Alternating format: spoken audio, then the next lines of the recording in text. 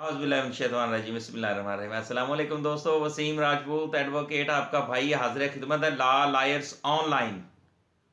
और ये यूट्यूब का चैनल है दोस्तों। इसमें रिक्वेस्ट है कि आप लेक्चर शुरू करने से पहले आप चैनल को भी सब्सक्राइब कर लें और बेल आइकन को भी क्लिक कर लें। जैसे ही वीडियो अपलोड होगी आपको नोटिफिकेशन मौसूल होगा और आप इस कानूनी रहनुमाई से मुस्तफ़ीद हो पाएंगे। तो लेक्चर को शुरू करते हैं। मुतसब सूबाई या वफाकी के क्या इख्तियारात होते हैं। Jurisdiction and the power of the ombudsman in Pakistan. सूबाई और वफाकी के जो मुतसब होता है इसके इख्तियारात ये हैं कि मुहतसब को ये इख्तियार हासिल है नंबर 1 कि वो किसी ऑफिसर एजेंसी और मुलाजम की तरफ से की गई बद इंतज़ामी के इल्ज़ामात की तफ्तीश कर सकता है और ऐसे मामलात पर कार्रवाई अमल में ला सकता है।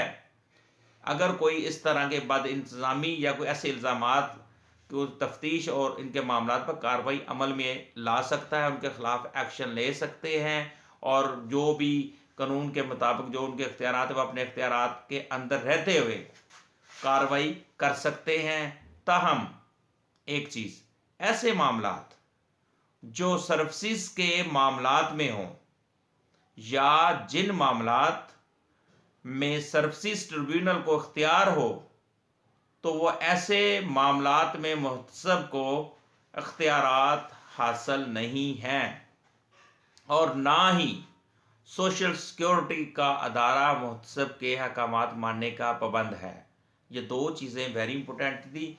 और citation PLD 2017 Lahore high court 457 page है, उसमें यह क्लियर बता दिया गया है कि मुहतसब सूबाई और वफाकी जो इख्तियारात हैं वो सिर्फ किसी ऑफिसर एजेंसी के मुलाजम की बदइंतज़ामी और इल्ज़ामात वगैरह वगैरह पर उन पर एक्शन ले सकता है और उनके ऐसे मामला पर कार्रवाई अमल में ला सकता है।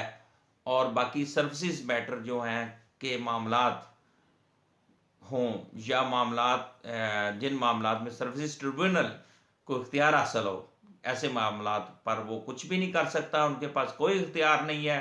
और इस तरह ये मैंने साइटेशन जज लाहौर हाई कोर्ट की थी PLD 2017 Lahore high court 457 page बनता है, 57 पेज बनता है और उसके तहत ये कार्रवाई अमल में नहीं ला सकता। ये जो मैंने एंड पे 2-3 बता दिए हैं, सर्विसेज ट्रिब्यूनल और सोशल सिक्योरिटी का अदारा, वो इनके अख्तियार अहकामात को मानने का पाबंद नहीं है।